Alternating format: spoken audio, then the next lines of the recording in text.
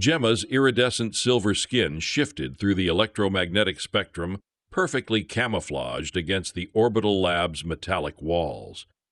Her violet eyes tracked the lone figure hunched over a quantum resonance device, tousled dark hair falling across sharp green eyes that flickered with an intensity she recognized, the look of someone on the verge of breakthrough.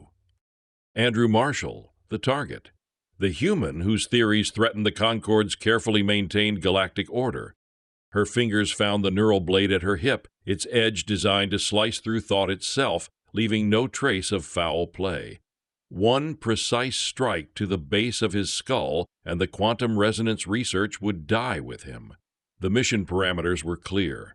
Eliminate the threat, secure the research, maintain the balance. She moved with predatory grace, each step calculated to avoid the lab's motion sensors. 10 meters, 5. The blade whispered from its sheath, catching starlight from the observation deck. Long night for maintenance crew, isn't it? Gemma froze. Andrew hadn't turned around, but his voice carried a warmth that made her enhanced reflexes stutter. I've got fresh coffee if you want some. This quantum field's being a real pain, but I'll charm it into cooperating eventually. He turned then, those green eyes meeting hers directly, and something in her bioengineered nervous system misfired. Not fear. She'd been conditioned beyond such weaknesses. Something else. Something her training hadn't prepared her for. Though I have to say, you're the most overdressed maintenance tech I've ever seen. His lopsided grin was disarming, completely at odds with someone who should be cowering before an assassin. That outfit looks more like it belongs in a spy thriller. Gemma's grip tightened on the blade, but her strike didn't come. Andrew was studying her with scientific curiosity rather than alarm, head tilted in that way that spoke of genuine interest rather than suspicion. You're not maintenance, he continued, setting down his tools with deliberate precision. But you're not Concord security either. They tend to announce themselves with more fanfare. He gestured to a chair beside his workstation. So who are you really? And more importantly, do you understand quantum mechanics? Because I could use a fresh perspective on this resonance problem. The neural blade trembled in her hand. This wasn't how targets were supposed to behave. They were supposed to run, to plead, to make the kill clean and quick. They weren't supposed to offer coffee and invite scientific discussion. The word escaped before she could stop it, her first unscripted syllable in years of missions. Andrew's expression softened further. Look, whatever brought you here tonight, maybe we can work it out. I'm Andrew, by the way. And you are? Gemma retreated into shadow, her cloaking field flickering to life. But as she slipped through the lab's exit, Andrew's voice followed her. Think about that coffee offer. I'll be here tomorrow night, too. Gemma materialized in the service corridors, neural blade still trembling in her grip. In 15 years of eliminations, no target had ever offered her coffee.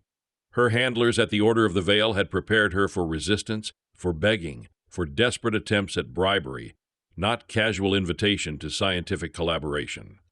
She needed intelligence, more time to study the target, understand his weaknesses, find the optimal strike point. That was logical, professional. The next morning, she intercepted a work order for lab technician replacement and modified the personnel records. Lyra Vex, her new identity, came complete with fabricated credentials and a background in quantum field manipulation that would pass casual scrutiny.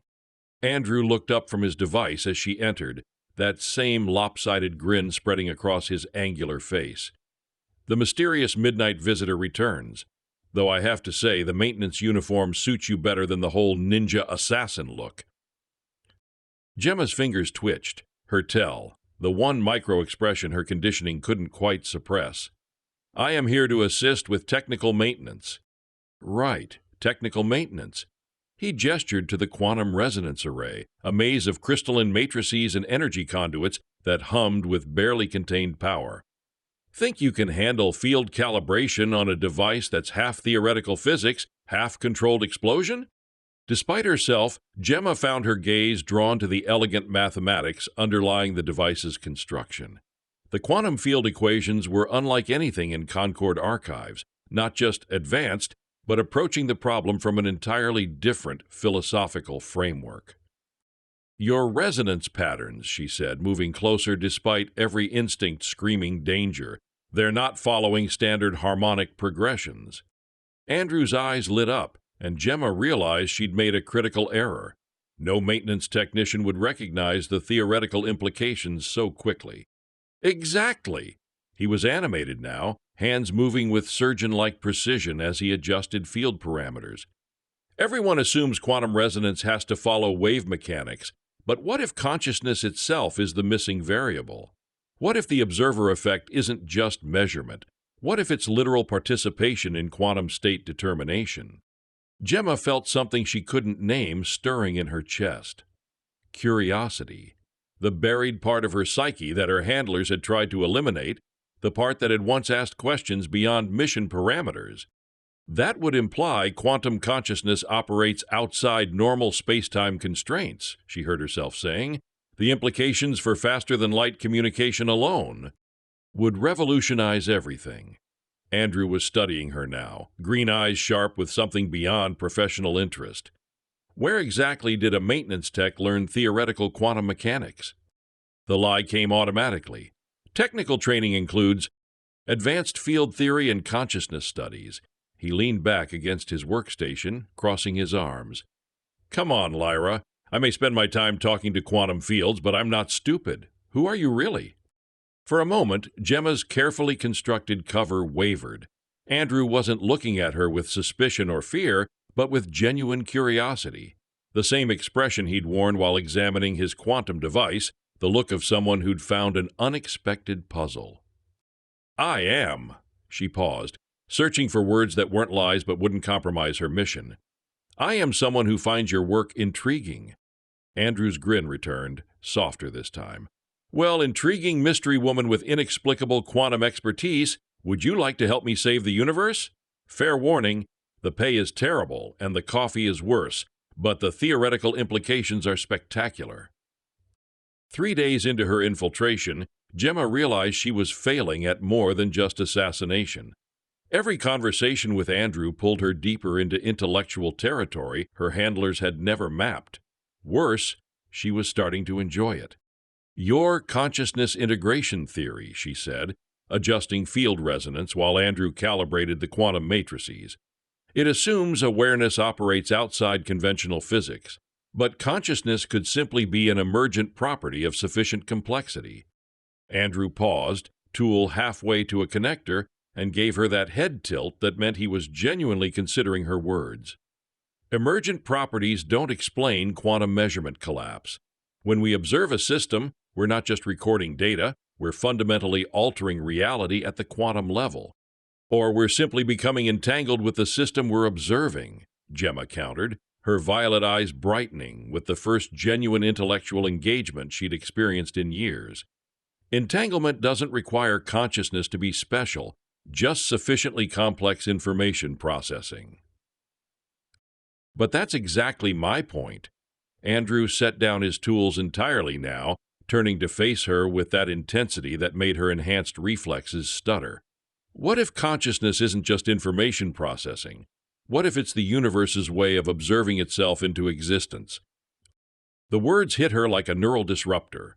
Gemma's training included philosophical conditioning designed to prevent exactly this kind of recursive thinking. Questions that led to more questions, creating infinite loops that could paralyze decision-making. But Andrew's theory wasn't creating paralysis, it was creating something else. Wonder. You're suggesting reality is participatory, she said slowly. That consciousness doesn't just observe the universe, but actively creates it through the act of observation. Exactly. Andrew's eyes were practically glowing now. And if that's true, then quantum resonance isn't just about manipulating energy fields.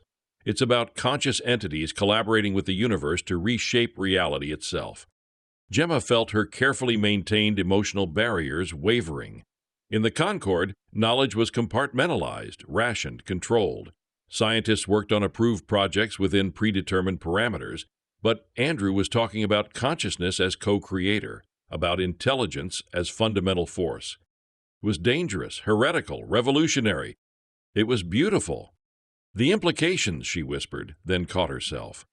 Operatives didn't whisper in wonder. They assessed, calculated, executed. But Andrew's expression had shifted too, from excitement to something softer, more personal. You understand it, really understand it, don't you? Not just the math, but what it means.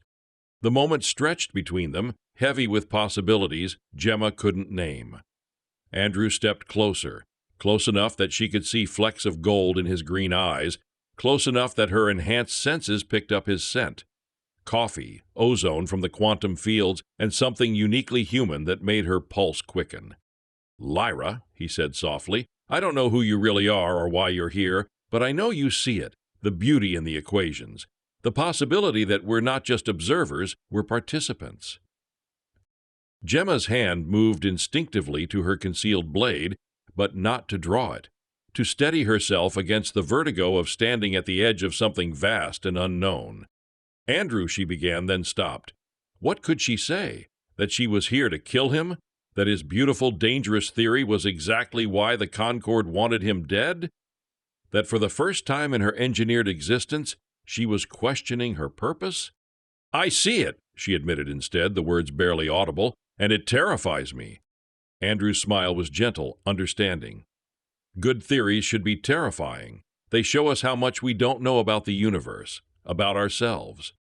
About what it means to be alive, Gemma thought but didn't say. About what it means to choose.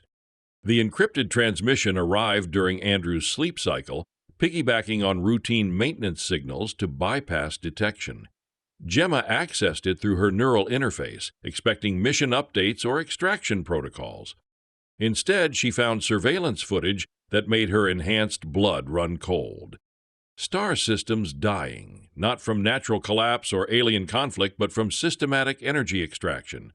Stellar cores drained to power massive Concord installations, leaving behind hollow husks and frozen worlds. The timestamp showed the recordings were recent, concurrent with her mission. The transmission continued with technical specifications, power flow diagrams, and deployment schedules. The Concord wasn't just maintaining galactic order, they were harvesting entire stars to fuel their dominance.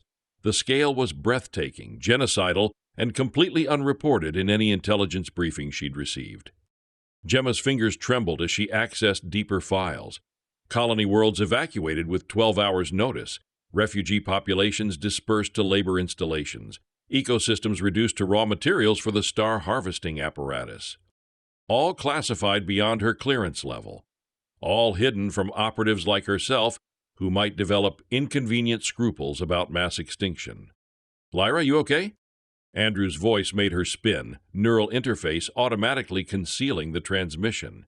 He stood in the lab doorway, hair disheveled from sleep, concern evident in those sharp green eyes. "I thought I heard." He stepped closer, studying her face with that scientific intensity that had become dangerously familiar. "You look like you've seen a ghost." Gemma forced her expression to neutral, but Andrew's gaze caught the micro-expressions her training couldn't quite suppress. The tightness around her eyes, the way her shoulders had shifted into a defensive posture. "Bad dreams," she managed. "About quantum consciousness theory." His attempt at humor fell flat when she didn't respond.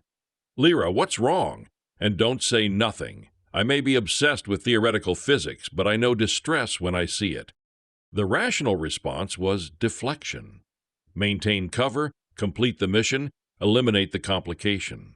But rational responses were becoming harder to access when Andrew looked at her like she mattered, like her distress was worth investigating. "Hypothetically," she said carefully, "if someone discovered their organization was doing terrible things, things that went against everything they thought they believed in, what should they do?" Andrew's expression grew serious. He moved to his workstation, not to avoid the conversation, but to give her space while he processed her words. "That's not hypothetical, is it?" he said finally. Gemma's hand found her neural blade instinctively, but not as a threat, as an anchor to familiar purpose in a universe suddenly devoid of certainty. "The Concord," she said, the words escaping before she could stop them. "They're not maintaining order, they're—" She paused, aware she was crossing lines that couldn't be uncrossed. "They're destroying entire systems, harvesting stars, the refugees, the displaced populations. They're not being relocated. They're being processed. Andrew went very still, his hands frozen over the quantum device. How do you know this? The question hung between them, heavy with implications they both understood. Gemma could maintain the technician cover, deflect, retreat into operational security, or she could trust him with truth that would make them both targets. "Because I'm not a maintenance technician," she said quietly. "I'm an assassin, and I was sent here to kill you." The silence stretched for long seconds. Andrew's face cycled through expressions, surprise, calculation, and finally something that looked almost like relief. "Well," he said eventually, that lopsided grin returning despite everything. "That explains the quantum mechanics expertise, and here I thought you were just really overqualified for technical support." Gemma stared at him. "You're not running. You're not calling security. I just told you I'm here to murder you."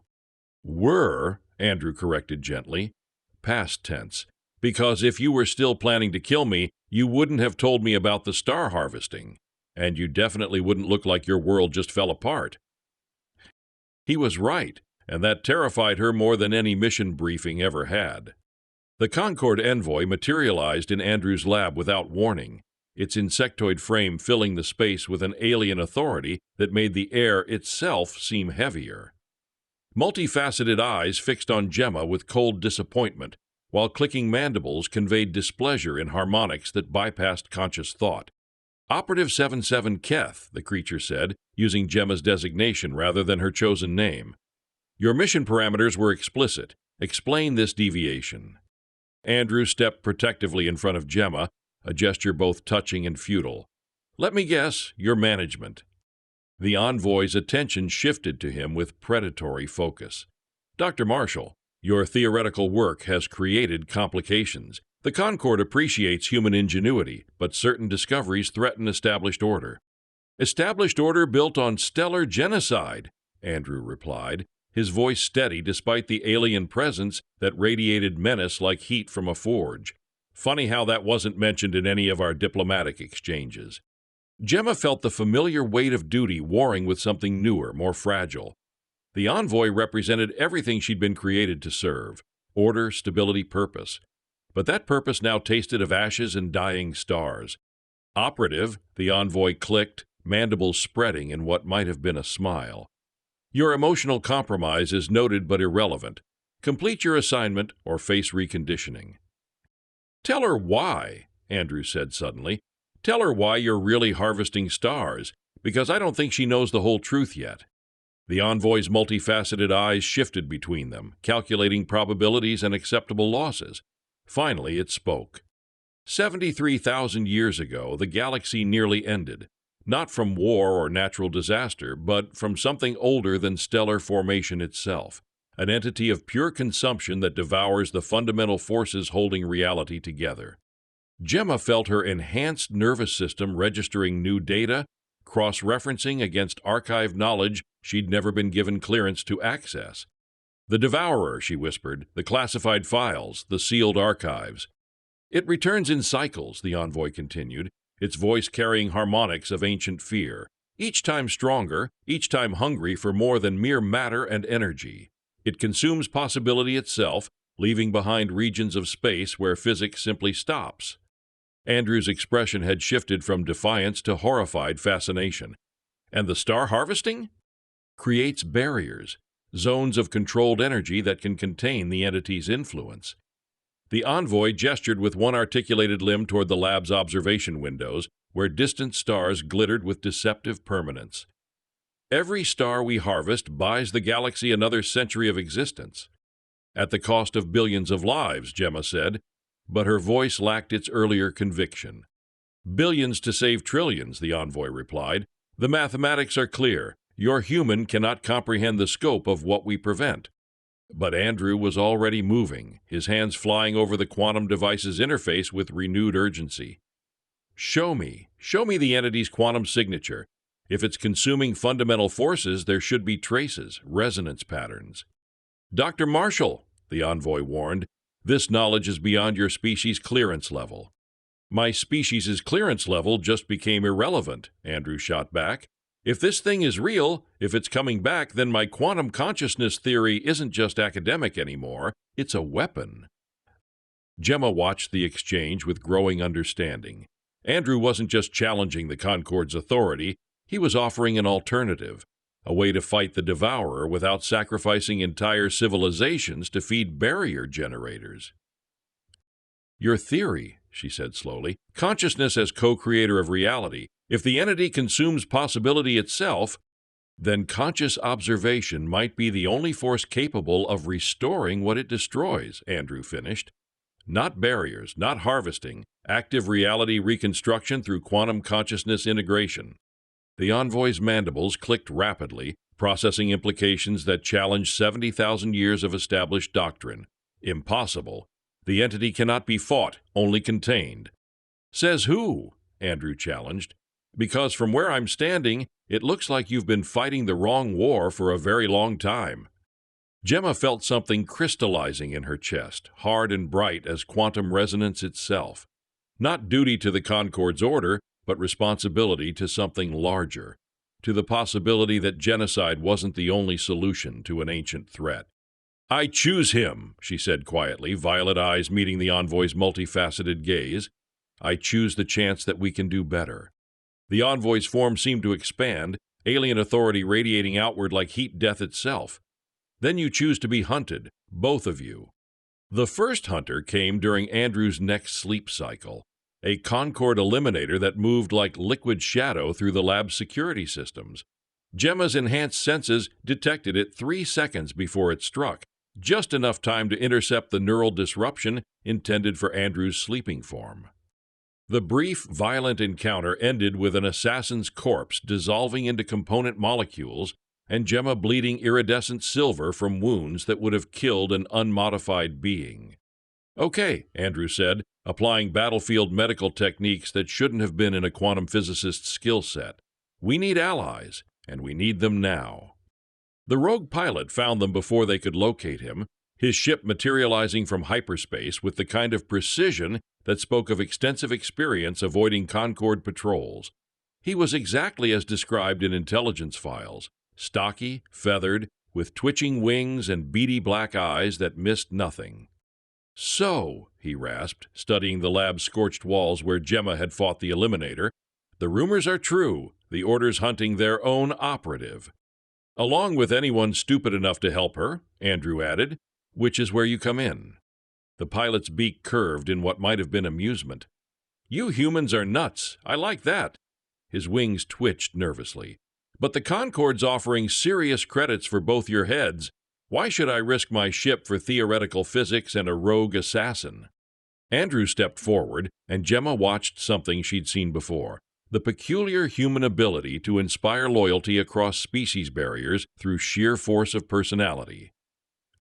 Because they're harvesting stars, Andrew said simply, and if we don't stop them, your precious freedom won't matter when the galaxy runs out of places to hide. The pilot's black eyes fixed on Andrew with sharp intelligence. Explain. What followed was 20 minutes of quantum theory, ancient threats, and galactic genocide delivered with Andrew's characteristic blend of scientific precision and passionate conviction. By the end, the pilot's wing twitches had settled into thoughtful stillness. You're asking me to believe the Concord's been fighting universe-eating monsters for 70,000 years, he said finally. I'm asking you to believe they're fighting the wrong war, Andrew corrected, and that together we might find a better way. The pilot was quiet for a long moment, preening his feathers with the unconscious gesture Gemma had learned indicated deep thought. I've got contacts, other outcasts, refugees from the harvested systems. If what you're saying is true, they'll want revenge, Gemma finished, and we can give them something better. We can give them justice. Andrew's hand found hers, warm and steady despite everything they faced. We can give them hope. 3 days later, they were no longer a quantum physicist, an assassin, and a smuggler.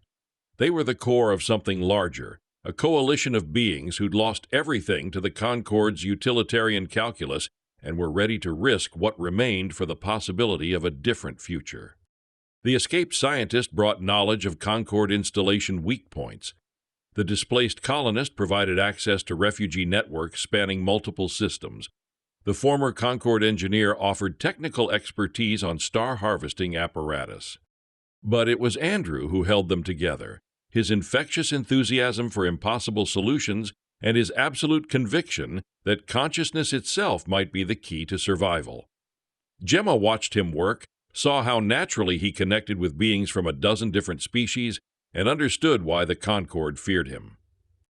Not for his quantum device, impressive as it was. They feared him because he represented something they'd forgotten how to be, a force that created instead of merely controlling, that inspired instead of commanding. The next phase requires infiltrating a harvester station, Gemma explained to their assembled allies. Intelligence suggests they're not just extracting stellar energy, they're experimenting with it, creating weapons that could destroy the Devourer's quantum signature permanently. Or make it stronger, Andrew added grimly. We need to know which. The pilot's wings twitched once, then settled. I know a station, outer rim, minimal security, processing a binary system that used to be my home. The words hung in the recycled air of the ship's common area, heavy with personal loss and the promise of redemption. Gemma felt her enhanced heart beating faster, not with pre-mission adrenaline, but with something more dangerous. Hope. The harvester station hung in space like a metallic parasite. Its collection arrays extending toward the dying binary stars, it was slowly draining. Gemma's infiltration protocols had gotten their team past the outer security perimeters, but as they moved deeper into the facility, she began to understand why Concord security seemed surprisingly light. They weren't trying to keep intruders out, they were trying to keep something in. Energy readings are off the charts, Andrew whispered, his portable quantum scanner painting impossible numbers across its display. These aren't just stellar collection matrices, they're consciousness processing units. The rogue pilot's feathers ruffled with agitation. Processing what consciousness? Their answer came as they reached the station's central core, a vast chamber filled with suspended animation pods containing beings from dozens of species. Not refugees or prisoners, but some of the galaxy's most brilliant minds, their neural patterns being fed directly into the star harvesting apparatus. They're not just using stellar energy, Gemma breathed, her enhanced senses picking up the faint psychic resonance emanating from the pods. They're using consciousness itself as fuel. Andrew moved to the nearest pod, his scanner revealing the horrific elegance of the system. Quantum consciousness integration. They're forcing awareness to participate in reality manipulation on a stellar scale. His voice carried a mixture of fascination and revulsion. It's brilliant and absolutely monstrous. But effective, said a familiar voice. The Concord envoy materialized from a concealment field, flanked by hunter-killers whose weapons were already trained on the infiltration team. The Devourer's influence grows stronger with each passing cycle. Voluntary consciousness integration proved insufficient. Gemma's hand found her neural blade, but the envoy's gesture stopped her cold. Around the chamber, the suspended minds began to stir, their combined psychic pressure creating a tangible force that made the air itself seem thick and oppressive. 73,000 years of fighting an entity that consumes possibility itself teaches harsh lessons, the envoy continued. Voluntary sacrifice was noble but inadequate. The mathematical requirements demanded more comprehensive solutions. You're enslaving entire populations to fight a war they don't even know about, Andrew said, his voice tight with controlled anger. These people never consented to become weapons. Consent is a luxury the galaxy cannot afford, the envoy replied. Each harvested system, each enslaved consciousness, each moral compromise extends our survival by decades. The alternative is universal extinction. The pilot stepped forward, his beak opened in a harsh cry. That's my sister's pod. She was supposed to be evacuated, relocated to a safe world. She was relocated, the envoy said with alien calm, to the most important duty possible, preventing the end of everything. Gemma felt her enhanced nervous system processing the tactical situation. 15 hunter-killers, unknown defensive systems, and the psychic pressure of hundreds of enslaved minds creating reality distortions that made conventional combat impossible. They were trapped, outnumbered, and facing an enemy that had turned their greatest weapon, consciousness itself, against them. But Andrew was smiling, that lopsided grin she'd learned to associate with theoretical breakthroughs. "You're doing it wrong," he said conversationally. The envoy's mandibles clicked with irritation. "Explain." "Consciousness integration. You're treating it like a resource to be harvested instead of a force to be partnered with." Andrew gestured to his quantum device, still active despite the hostile environment. "The Devourer consumes possibility by isolating awareness from reality. But what if instead of forcing consciousness to work harder, we helped it work smarter?" Dr. Marshall, the envoy, warned, "Theoretical speculation will not save you." "No," Andrew agreed. "But applied quantum consciousness integration might save all of us." He activated his device's full-spectrum resonance, and something extraordinary happened. Instead of trying to control or harvest the suspended minds, his quantum field began harmonizing with them, creating a feedback loop that amplified consciousness rather than enslaving it. The psychic pressure in the chamber shifted, becoming something collaborative rather than coercive. The enslaved minds began to wake, not just to awareness, but to the possibility that their suffering might have a different purpose. "Impossible," the envoy clicked, but its voice carried uncertainty for the first time. Gemma felt the change too, her enhanced senses picking up quantum fluctuations that spoke of reality itself becoming more flexible, more responsive to conscious intent. Around them, the Harvester Station's systems began to destabilize as the enslaved minds reclaimed their agency.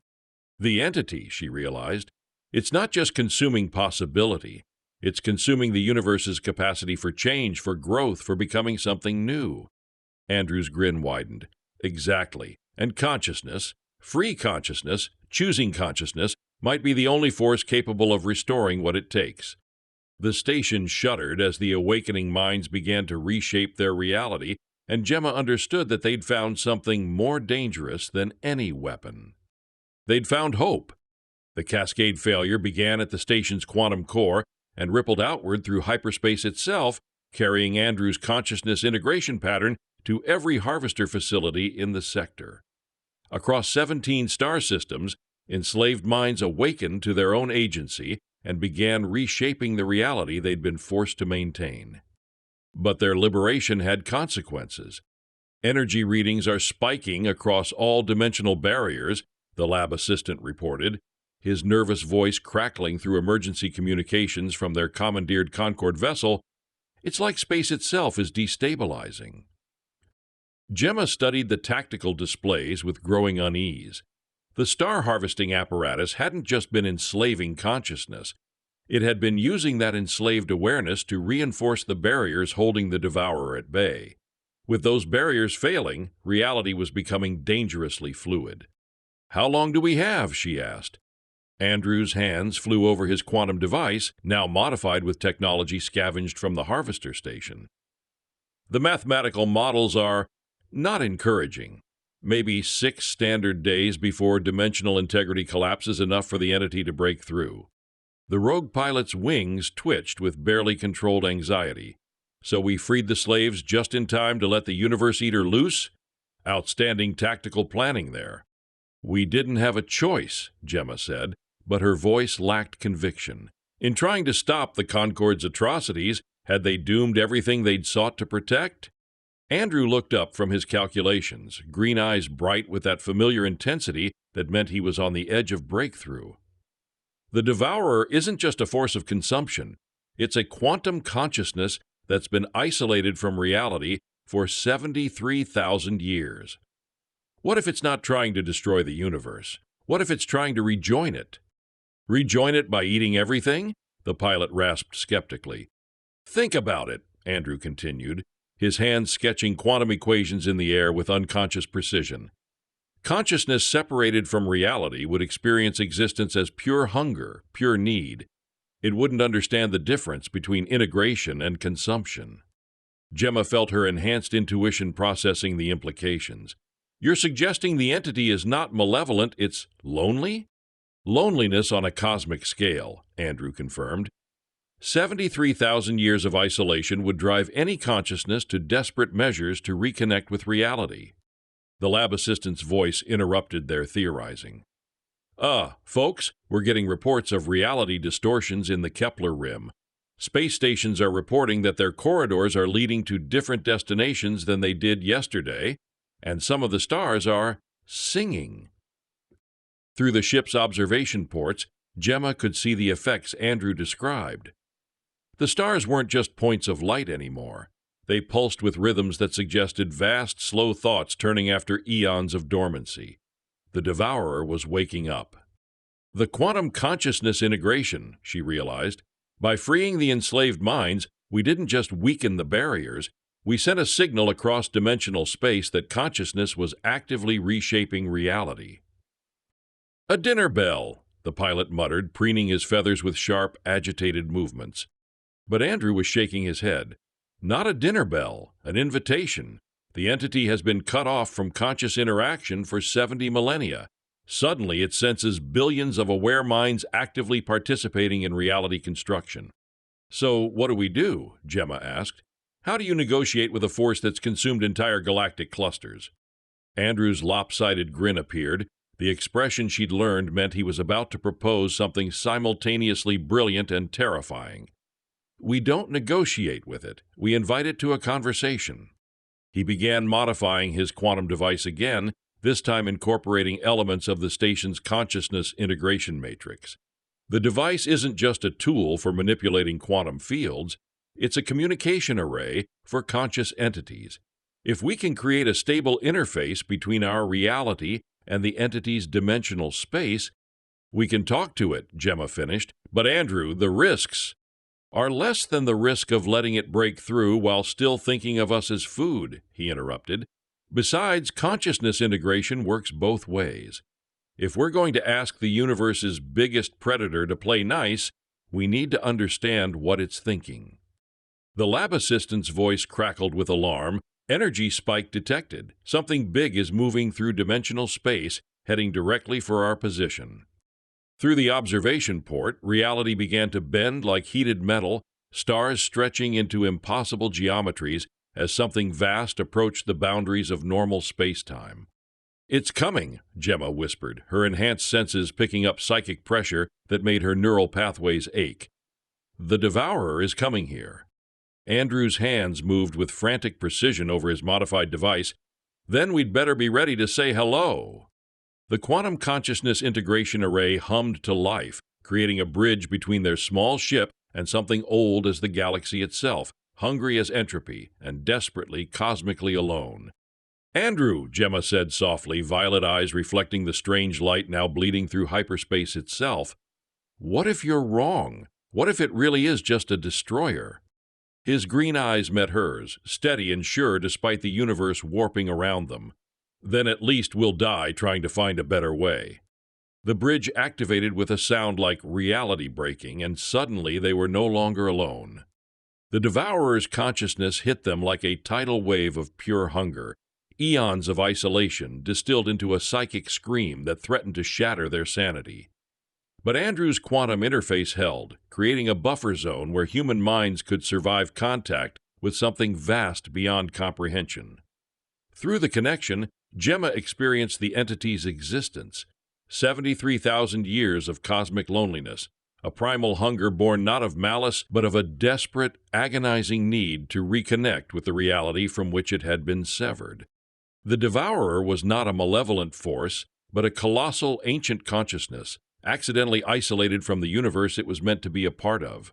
Its consumption was a distorted attempt at reintegration, a cosmic cry for connection that manifested as destructive hunger. Andrew, with Gemma by his side, began to broadcast. Not a message of defiance, but an invitation, an offer of partnership, of shared consciousness, of a universe where all entities, even those as vast and ancient as the Devourer, had a place. The initial response was a chaotic maelstrom of raw emotion and fractured thought, the entity's terror, its confusion, its overwhelming yearning. Gemma, her enhanced senses stretched to their limits, felt the echoes of dying stars and shattered possibilities, the cumulative grief of millennia of isolation. But Andrew's interface, bolstered by the collective will of the liberated minds from the harvester stations, held firm. He projected images of connection, The intricate dance of subatomic particles forming stable matter, the harmonious flow of energy in a living ecosystem, the shared joy of discovery among sentient beings. He showed the Devourer not what it had destroyed, but what it could become if it embraced true integration. Slowly, imperceptibly at first, the chaotic psychic pressure began to coalesce. The overwhelming hunger lessened, replaced by a profound, almost childlike curiosity. The Devourer began to listen.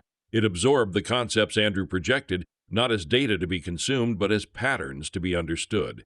It began to mirror the harmonious resonance of Andrew's device, its vast consciousness, attempting to mimic the delicate balance of a universe it had only known through the lens of its own agonizing separation. The Concord envoy, having tracked their rogue vessel, materialized in the observation port, its multifaceted eyes wide with what could only be described as disbelief. Hunter-killers, poised for attack, froze as the very fabric of space-time around them began to stabilize, then subtly shift. The stars outside, which had been warping into impossible geometries, now pulsed with a new, vibrant light, harmonizing with the nascent connection forming between Andrew's device and the cosmic entity. "Impossible," the envoy clicked, its voice devoid of its usual authority. "The entity cannot be reasoned with. It can only be contained." "You were containing its hunger," Andrew replied, his voice strained but triumphant, "not its nature. It just needed to be shown a different way to exist." Gemma felt a profound sense of peace wash over her, a counterpoint to the cosmic loneliness she had just experienced. The Devourer was not gone, nor was it fully integrated. But it was no longer a threat. It was a nascent partner, a cosmic infant learning to breathe the air of shared reality. The universe, once teetering on the brink of consumption, was now poised for a new kind of evolution, one where even the most destructive forces could be transformed into something collaborative. The immediate threat from the Devourer averted, the Concord envoy found itself in an untenable position.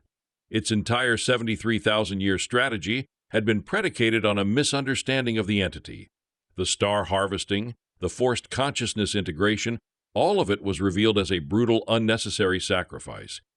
The liberated minds from the harvester stations, now fully aware and connected, began to broadcast their experiences across the galaxy, exposing the Concord's atrocities. Public opinion, once swayed by fear of the Devourer, turned decisively against the Concord. The rogue pilot, true to his word, had rallied his contacts. The coalition of outcasts, refugees, and former Concord personnel, once a desperate band of rebels, now swelled into a formidable movement. They weren't fighting for revenge, but for truth and a new galactic order. The escaped scientist provided irrefutable evidence of the Concord's deceptions. The displaced colonist organized vast networks of communication, spreading the truth to every corner of the galaxy. The former Concord engineer, now a key figure in the burgeoning resistance, helped dismantle the remaining harvester stations, repurposing their technology for sustainable energy solutions. Gemma, no longer Operative 77 Keth, but Lyra Vex, found herself at the forefront of this revolution. Her assassin's training, once a tool of control, became a means of protection for the vulnerable, her tactical brilliance now used to dismantle the very systems she had once served. She became the silent guardian of the nascent peace, her iridescent skin shifting not for camouflage, but for the sheer joy of movement, her violet eyes reflecting the vibrant, diverse faces of their new allies. Andrew, however, remained at the heart of the scientific endeavor. His quantum device, now dubbed the Consciousness Nexus, became a beacon of hope. He worked tirelessly, not just to refine the Devourer's integration, but to explore the vast implications of his theory. He collaborated with scientists from every species, pushing the boundaries of quantum mechanics, exploring the universe not as a collection of isolated phenomena, but as a single interconnected consciousness. He taught, he inspired, and he continued to offer coffee to anyone who would listen.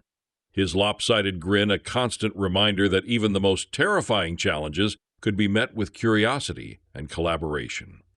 The Concord, stripped of its authority and exposed for its deceptions, crumbled from within. Many of its operatives, disillusioned by the truth, defected to the new coalition. The envoy, its ancient fear replaced by a grudging respect for Andrew's radical solution, retreated, its future uncertain. The galaxy, once ruled by fear and control, was now governed by a council of representatives from every species, a true democracy built on the principles of transparency and mutual respect. Years passed. The Devourer, now referred to as the Cosmic Weaver, became a symbiotic partner in the universe's evolution. Its vast consciousness, once a force of destruction, now helped to mend the tears in reality, to restore possibility to regions of space where physics had ceased to function. It communicated through complex quantum patterns, its thoughts manifesting as breathtaking nebulae and new star formations, a testament to its transformed nature. Gemma and Andrew remained together, their bond deepening with each shared challenge and triumph. Their relationship, born of a failed assassination and a revolutionary idea, became a symbol of the new galactic order. They were not just partners in science and revolution. They were partners in life, their individual strengths complementing each other in ways neither had thought possible. One evening, as they stood on the observation deck of their new research station, a repurposed Concord outpost now humming with life and discovery, Andrew turned to Gemma.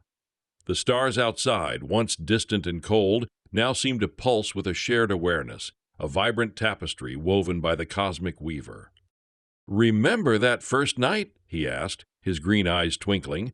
"I offered you coffee and you looked like you wanted to kill me." Gemma smiled, a genuine unburdened smile that transformed her face. "I did, and then you offered me a universe to save." He took her hand, his touch warm and familiar. "And you said yes, you chose hope."